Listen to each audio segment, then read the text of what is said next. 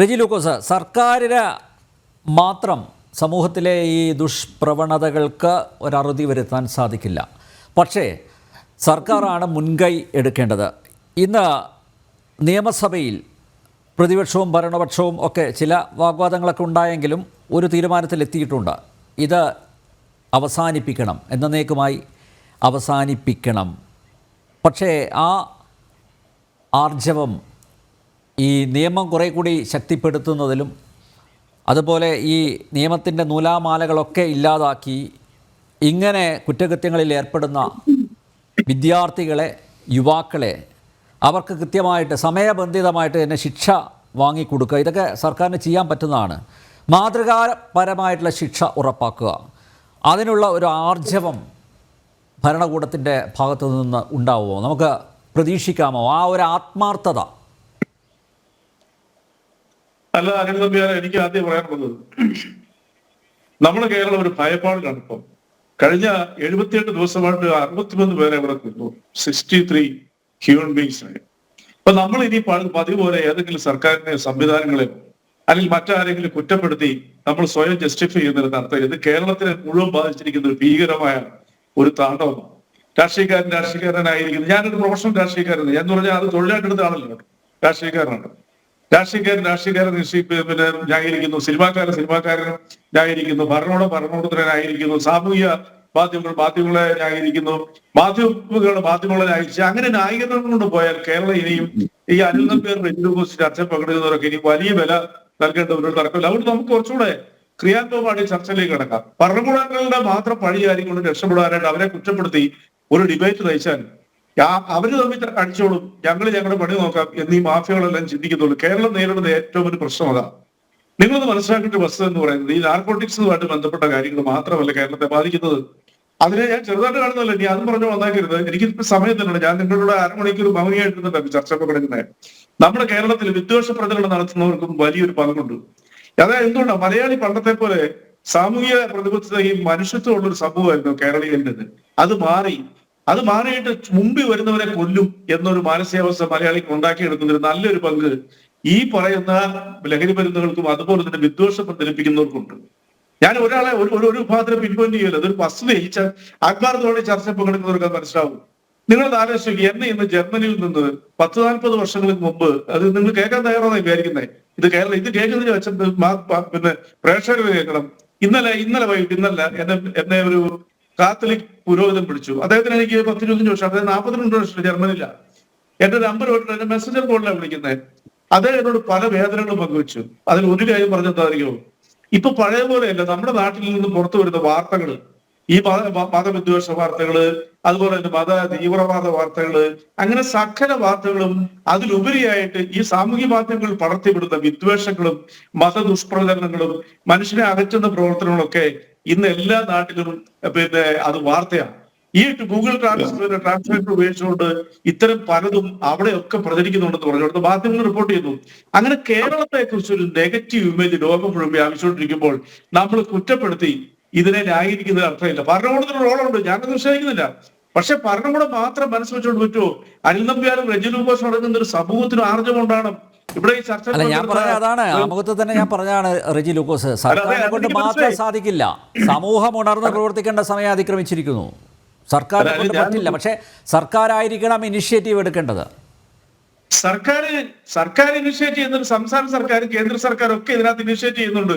ഇല്ലെന്ന് പറയാൻ പറ്റത്തില്ല. നമ്മുടെ നാഷണൽ ഡ്രഗ്സ് അഗൈൻസ്റ്റ് ബ്യൂറോ, അതായത് ഈ പറയുന്ന ലഹരി മരുന്ന് ബ്യൂറോക്കെതിരെയുള്ള നാഷണൽ എൻഫോഴ്സ്മെന്റ് തന്നെ എത്രയോ കാര്യം ഇവരെ വേട്ടയാടുന്നുണ്ട്. ഇപ്പൊ ഗുജറാത്തിന്റെ തീരങ്ങളിൽ, കേരളത്തിന്റെ തീരങ്ങളിലൊക്കെ എത്രയോ ടൺ കണക്കിന് ഈ പറയുന്ന ലഹരി മരുന്നുകൾ പാകിസ്ഥാനിൽ നിന്ന്, ഇറാനിൽ നിന്ന് വരുന്നത് പിടിക്കുന്നുണ്ട്. അതുകൊണ്ട് കേന്ദ്ര സർക്കാരും സംസ്ഥാന സർക്കാർ ഇതിന് അലംഭാവത്തോടെ കാണുന്നത് കുറ്റപ്പെടുത്താൻ പറ്റും. ഒരു ഗവൺമെന്റ് നിങ്ങൾ പിൻപോയിന്റ് ചെയ്യരുത്. ഒരു കണക്ക് ഞാൻ പറയാം, ഞാൻ ഇതിനെ ഒന്നും ന്യായീകരിക്കുന്ന ആളല്ല. എന്റെ ജീവിതത്തിൽ മയക്കുമരുന്ന്, കഞ്ചാവ് വരെ നേരിട്ട് ഒരു കണ്ടിട്ടില്ല. ഒരു കാര്യം ഞാൻ കൂടെ പറയാം. ഇപ്പൊ ദേശീയ നാർക്കോട്ടിക് ബ്യൂറോയുടെ കണക്കനുസരിച്ച് കേരളത്തിൽ ഏറ്റവും കൂടുതൽ മയക്കുമരുന്ന് രോഗികളെയും മയക്കുമരുന്നുള്ളവരെയും പിടിച്ചിട്ട് അകത്തിട്ടിരിക്കുന്നത്, കേസിലെടുത്തിരിക്കുന്നത് കേരള സർക്കാരാണ്. 24,300. അതുപോലെ തന്നെ കേരളം കേവലം 11ാം സ്ഥാനത്തേ ഉള്ളൂ. അപ്പൊ കേരളത്തിലെ ഗവൺമെന്റ് ഇതിനു വേണ്ടി പ്രവർത്തിക്കുന്നില്ല എന്ന് പറയാൻ പറ്റത്തില്ല. പക്ഷെ അത് മാത്രം പോരാ.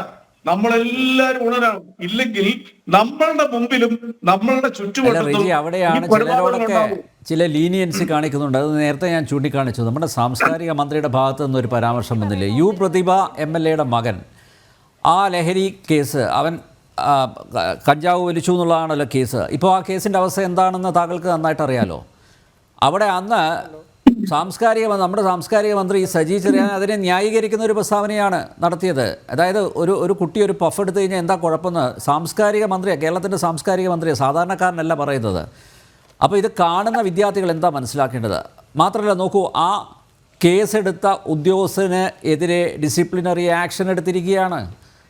അപ്പോൾ ഇതൊക്കെ കൊടുക്കുന്ന സന്ദേശം എന്താണ്? അല്ല നമ്പ്യാരെ, നിങ്ങൾ എന്തിനാണ് ഇതിനെ പൊളിറ്റിക്സ് സംസാരിക്കുകയല്ല. ഞാൻ സജി ചെറിയാനല്ല, മുഖ്യമന്ത്രി പിണറായി വിജയനല്ല, പ്രതിപക്ഷ നേതാവല്ല, ഇനി BJPയുടെ നേതാവല്ല, ആര് ഒരു മദ്യം അല്ലെങ്കിൽ മയക്കുമരുന്ന് മാഫിയെ ന്യായീകരിച്ചാലും അത് എന്ത് വിമർശിക്കുന്നതിന് എനിക്ക് യാതൊരു മടിയില്ല, ഞങ്ങൾക്ക് ആർക്കും ഒരു മടിയില്ല. പക്ഷെ നമ്മൾ എന്തിനാണ് ഇങ്ങനെ ഓരോ വാക്കുകളെ വിമർശിച്ചുകൊണ്ട് പോവല്ല ചെയ്യേണ്ടത്? നമ്മുടെ നാട്ടിൽ നിന്നും ഈ പിശാചിനെ മാറ്റുക എന്നുള്ളതല്ലേ. ഞാൻ അതുകൊണ്ടാണ് നമുക്ക് രാഷ്ട്രീയം പറയണ, ഞാൻ പറയാം, എനിക്ക് ഒരുപാട് കാര്യങ്ങൾ പറയാനുണ്ട്. ഇവിടെ ബഹുമാനപ്പെട്ട മേജർ രവിയാൻ തോന്നിയത് പങ്കെടുത്തത് ഞാൻ ആളെ കാണുന്നില്ല. അദ്ദേഹം പറഞ്ഞൊരു വാചകമാണ് അത് കറക്റ്റ്. സമൂഹമാണ് ഇതിനകത്ത് ഉത്തരവാദി. എന്റെ നാട്ടിൽ നടന്ന 2 സംഭവങ്ങൾ ഞാൻ പെട്ടെന്ന് പറയാം. കേവലം 1.5 മാസങ്ങൾക്ക് മുമ്പ് ഞങ്ങളുടെ ഏറ്റുമാനടുത്ത് 1 കിലോമീറ്ററിനപ്പുറം ഒരു തട്ടുകട നടത്തിയിരുന്ന ഒരു പാവ സ്ത്രീയുടെ തട്ടുകടയിൽ ഒരു ക്രിമിനൽ, ഈ മയക്കുമരുന്ന് ഒരു കണ്ണിയവൻ, അപ്പൊ ആ സ്ത്രീയായിട്ട് മോശമായിട്ട് സംസാരിച്ചപ്പോ രാത്രിയിലാന്ന് അറിയിക്കണേ, അയാൾ 11-12 മണിയായപ്പോ ഒരു പാവപ്പെട്ട പോലീസുകാർ അയാളുടെ ജോലി അനുസരിച്ച് അയാൾ ചോദ്യം ചെയ്തപ്പോൾ അയാളെ ഒറ്റ ചവിട്ടിനാവും കൊന്നു. നിങ്ങൾ ആലോചിക്കും. അപ്പൊ ഭയം നമ്മുടെ സമൂഹത്തിൽ വിതറിയിരിക്കുന്നു. ഈ കഴിഞ്ഞ ദിവസം എന്റെ നാട്ടിൽ നടന്നത് ലോക മലയാളികളുടെ വിറങ്ങിലിച്ചൊരു സംഭവം. ഒരു പാവപ്പെട്ട സ്ത്രീയെയും 2 കുഞ്ഞുങ്ങളെയും ട്രെയിനിന് മുമ്പിൽ ആത്മഹത്യ ചെയ്യാനായിട്ട് പ്രേരിപ്പിച്ചു. ആ ഭർത്താവ് എന്ന് പറയുന്ന ആൾ, അയാളുടെ വീട്ടുകാരും അയാളുടെ സഹോദരനും കേരളത്തിൽ കേട്ടുകഴിവില്ലാത്ത രീതിയിലുള്ള കോട്ടും ക്രൂരതകളുടെ പരമ്പരകളുടെ തീർത്തുകൊണ്ട് അവിടെ മയക്കുമരുന്നാണ് കുറ്റക്കാരൻ. നിങ്ങൾ പറയൂ. അപ്പൊ ഇങ്ങനത്തെ കൊലപാതകങ്ങൾ, അതുപോലെ തന്നെ നമ്മുടെ വെഞ്ഞാറപ്പൂടെ സംഭവം എന്താ? വെഞ്ഞാറപ്പൂടിലെ സംഭവത്തിൽ എന്തൊക്കെയോ ദുരൂഹതയുണ്ട്. നമ്മുടെ മാധ്യമങ്ങൾ പരസ്യമായിട്ട് പറഞ്ഞില്ലെങ്കിലും രഹസ്യമായിട്ട് സംഭവിക്കുന്നത് എന്താ കാര്യം? ഈ ചെറുപ്പക്കാരൻ പകല് സ്വന്തം ഉമ്മയോടോ അല്ലെങ്കിൽ സഹോദരനോ ഒപ്പം യാത്രയുള്ള അയാളൊരു എന്താ പറയാ, അയാൾ ഉൾവലിയ സുവാക്കാരായിരുന്നു. എന്നാൽ അയാൾ രാത്രികളിൽ യാത്ര ചെയ്യുന്നു സ്ഥിരമായിട്ട്. അതിനകത്തൊരു ദുരൂഹതയില്ല. അത് കണ്ടുപിടിക്കണ്ടേ? 65 ലക്ഷം രൂപ അയാൾ കടക്കാരനായിരിക്കുന്നതാ പറഞ്ഞത്. എവിടുന്ന് കിട്ടിയ പൈസ എന്തിനു വേണ്ടി ചെലവഴിച്ചു? ഇത് റെജി ലൂക്കോസ് പറയുന്ന ഒരു മടിയില്ല. അതുപോലെ തന്നെ നമ്മുടെ ചെന്താമരൻ ചെയ്തത് എന്താ? ചെന്താമരൻ മയക്കുമരുന്ന് കഴിക്കത്തില്ല, മദ്യം കഴിക്കത്തില്ല, എന്താ ജോത്സ്യത്തിന്റെ അടിമയായിരുന്നു. ഇങ്ങനെ എല്ലാ രീതിയിലും കേരളം ഒരിക്കലും അംഗീകരിക്കാൻ പറ്റാത്ത രീതിയിലുള്ള ആചാരങ്ങളുടെയും ഈ പറയുന്ന സാമൂഹ്യ വിപത്തുകളുടെയും മയക്കുമരുന്ന് രോഗികളുടെ എല്ലാം പിടിയിൽ അമർന്നപ്പോൾ നമ്മൾ കുറ്റപ്പെടുത്തരുത്. നമ്മളെ തന്നെ വഴിക്കുണ്ടെന്ന് ഞാൻ പറയുന്നു. അതിന് 1-2 കാര്യം കൊണ്ട് ഞാൻ പറയാനും നമ്പ്യാരോട്. ഞാൻ മാധ്യമ പ്രവർത്തകനാണ്. ഞാൻ എന്റെ 19 വയസ്സ് മുതൽ കോളം ചെയ്യുന്നൊരാളാണ്. കൈരളി ചാനൽ 2000 മുതൽ എന്റെ പരിപാടികളുണ്ട്. ഇത് കേട്ടോളൂ. മാധ്യമങ്ങൾക്കും ഇതിനകത്തൊരു റോളുണ്ട്. മാധ്യമങ്ങൾക്കും ഇതിനകത്തൊരു ചെറിയ രീതിയിലുള്ള വലിയ രീതിയിലുള്ള റോളുണ്ട്. ഈ പറയുന്ന ഇത്തരം മോശമായ കാര്യങ്ങള് പരസ്പരം പഴിചാരി ഈ മതപരമായ കാര്യങ്ങൾ മതസ്പർദ്ധ ഉണ്ടെങ്കിൽ അതെല്ലാം നമ്മൾ അഭിമാനിക്കുകയാണ്. കാരണം 2 വർഷം മുമ്പ് ഞങ്ങളൊരു ക്യാമ്പയിൻ നടത്തിയിരുന്നു. റെജി അതിനെ കുറിച്ച് ഒരുപക്ഷെ കേട്ട് കാണും. ഒരുമിക്കാൻ നമ്മുടെ മക്കൾക്കായി. അത് വലിയ ഇമ്പാക്റ്റ് ഉണ്ടാക്കിയിട്ടുണ്ട്. അത് ഒരു വിദ്യാലയത്തിൽ ഈ ഡ്രഗ്സിന് അടിമകളായിരുന്ന വിദ്യാർത്ഥികൾ അത് തുറന്നു പറയാനും ഇനി മുതൽ അത് ഉപയോഗിക്കില്ല എന്ന് പ്രതിജ്ഞ എടുക്കുകയും ചെയ്തു. വലിയ മാറ്റമാണ്. ഞങ്ങളെ സംബന്ധിച്ചിടത്തോളം വലിയ മാറ്റമാണ്. ആ ക്യാമ്പയിൻ വീണ്ടും തുടങ്ങേണ്ടിയിരിക്കുന്നു. ഞങ്ങൾ അതിനെക്കുറിച്ച് ആലോചിക്കുന്നുണ്ട്. മാധ്യമങ്ങൾക്ക് വലിയ റോളുണ്ട്. താങ്കൾ പറഞ്ഞത് ശരിയാണ്, 100% ഞാൻ അംഗീകരിക്കുന്നു. അല്ല, അതിനകത്ത് ഒന്നുകൂടെ പറയാം. അതായത് നമ്മുടെ നാട്ടിലൊരു ഭയമുണ്ട്. അനിൽനമ്പരോട് ഞാൻ പറയാം. എന്റെ ഒരു പക്ക ഗ്രാമമായ ഏറ്റവും അടുത്ത്, അവിടെ പാതിരാത്രിക്ക് പോലും ഡോറ് തുറന്നിട്ട് കിടന്നുറങ്ങാൻ പറ്റും. ഈ കഴിഞ്ഞ 1 വർഷം മുമ്പ് ഞാൻ അവിടുത്തെ ഒരു വനിതാകളുടെ ഒരു പരിപാടി പങ്കെടുത്തപ്പോ നാട്ടിലെ ആൾക്കാർ, ഞാൻ അവിടെ വെച്ച് മാറിയപ്പോ താമസിക്കുന്നത്, രാത്രി 1 മണിക്ക്, അതിന്റെ തലേദിവസം രാത്രി 1 മണിക്ക് അജ്ഞാതരായ ചെറുപ്പക്കാർ കഞ്ചാവ് വലിച്ച് ബൈക്കിൽ നിൽക്കുന്നു. ഭയന്നുപോയി നാട്ടുകാര്. നിങ്ങൾ ആലോചിക്കുക. എന്നിട്ട് ഇവരെ ചോദ്യം ചെയ്തപ്പോൾ ആ വെളുപ്പിന് 10-60 ബൈക്ക് അവിടെ വന്നത്. ഇപ്പൊ നമ്മുടെ ഗ്രാമപ്രദേശങ്ങളിലും നമ്മുടെ നാട്ടിലും ഇവന്മാരെ പോലീസിനെ അറിയിക്കാൻ പോലും ജനത്തിന് ഭയമാ. എന്താ കാരണം? ഇത് നമ്മുടെ സമൂഹത്തെ പിടിമുറും. നമുക്ക് ഒന്നിച്ച് മുന്നോട്ട് പോവാം. മാധ്യമങ്ങൾ മുന്നോട്ട് പോകണം. ജനങ്ങളിലൊരു ധൈര്യം പോലാണ് ഇവരെ ചോദ്യം ചെയ്യാനുള്ളത്. പോലീസ് ഉദ്യോഗസ്ഥന്മാരെ, ഈ എക്സൈസ് ഉദ്യോഗസ്ഥന്മാരെ നമ്മൾ അധികം കുറ്റപ്പെടുത്തുന്നത് കാരണം അറിയോ? അവർ മനുഷ്യരല്ലേ. ഞാൻ എന്നൊരു ഉന്നതനായ പോലീസ് ഉദ്യോഗസ്ഥനോട് ഒരു കാര്യത്തിന് വേണ്ടി വിളിച്ച് സംസാരിച്ചപ്പോൾ അവരെല്ലാരും പറയുന്ന കേരളത്തിന്റെ അവസ്ഥ എന്താ, നിങ്ങൾ എല്ലാവരും ഒത്തൊരുമിക്കേ, അവർ വളരെ മുൻപന്തിയില്ല. അപ്പൊ നമ്മളിങ്ങനെ പരസ്പരം കുറ്റപ്പെടുത്തി രാഷ്ട്രീയം വേറെ സംസാരിക്കാം, നമ്മൾ ഒറ്റക്കെട്ടായിട്ട് മുന്നോട്ട് പോകണം. ഇനി മറ്റൊന്നുകൂടെ പറയാം. ശ്രദ്ധിച്ചു കേട്ടോളൂ. കേരളത്തിലെ ചെറുപ്പക്കാർക്ക് ഇത്തരം വാർത്തകളുടെ കുത്തൊഴുക്ക് കാരണം ഇവിടുത്തെ മതവിദ്വേഷവും കണ്ട ലോകം വെറുക്കുന്നവർക്കെതിരെ നടത്തുന്ന ആഘോഷ പരിപാടികളെല്ലാം വന്ന് ഇപ്പൊ ലോകത്തിലെ പല പാശ്ചാത്യ രാജ്യങ്ങളും മലയാളികൾക്കുള്ള അവസരങ്ങൾ നിഷേധിക്കപ്പെടുന്നു. ഞാൻ ഈ പറഞ്ഞത് സത്യസന്ധമായ വാർത്തയാണ്. നിഷേധിക്കപ്പെടുന്നു. മതഭ്രാന്തന്മാരുടെ നാടെന്ന് പറഞ്ഞ് ഈ രാജ്യത്തിന് തന്നെ നിഷേധിക്കപ്പെടുന്നു. അപ്പൊ നമ്മളിപ്പോ ഇതിന്റെ കോൺസ്റ്റിറ്റ്യൂഷൻ എത്ര വലുതാന്ന് ആലോചിച്ച്, ഈ കൊച്ചു കേരളത്തിന്റെ ചുറ്റുവട്ടത്ത് മാത്രം ഒതുക്കുന്നല്ല, രാജ്യാന്തര തലങ്ങളിൽ പോലും കേരളത്തിനെ കുറിച്ചുള്ള മോശം ഇമേജ് വന്നുകൊണ്ടിരിക്കുക. അതിന്റെ കാരണം എന്തുകൊണ്ടാ? അതിന്റെ കാരണം ഇവിടുത്തെ സാധാരണക്കാരനല്ല, ഇവിടുത്തെ ഇത് പടർത്തി വിദ്വേഷം പരത്തുന്ന സാമൂഹ്യ മാധ്യമങ്ങൾക്ക് ഒരു പങ്കുണ്ട്. സാമൂഹ്യ മാധ്യമങ്ങൾ എന്ന് പറഞ്ഞാൽ എല്ലാവരും മോശക്കാരല്ല. നല്ല സാമൂഹ്യ മാധ്യമങ്ങളെ സന്ദേശങ്ങൾക്ക് ആരെങ്കിലും ലൈക്ക് ചെയ്യുവോ? ഈ ക്രിമിനൽ സ്വഭാവമുള്ളവന്മാർ തടച്ചു വിടുന്നതിനല്ലേ ഇവിടുത്തെ ലൈക്കും ഇവിടുത്തെ കമന്റുകളും കൂടുതൽ കിട്ടുന്നത്, ലക്ഷങ്ങൾ ഫോളോവേഴ്സ് ഉള്ളത്. എന്താ കാരണം? അവരൊരു വിഭാഗത്തിനെ ഇവിടെ ക്രിയേറ്റ് ചെയ്തിട്ടുണ്ട്. വിദ്വേഷങ്ങളും ക്രൂരതകളും ആസ്വദിക്കുന്ന മാനസികാവസ്ഥയിലേക്ക് മലയാളികളെ മാറ്റിയിരിക്കുന്നു. പ്രത്യേകിച്ച് നമ്മുടെ ചെറുപ്പക്കാരനെ.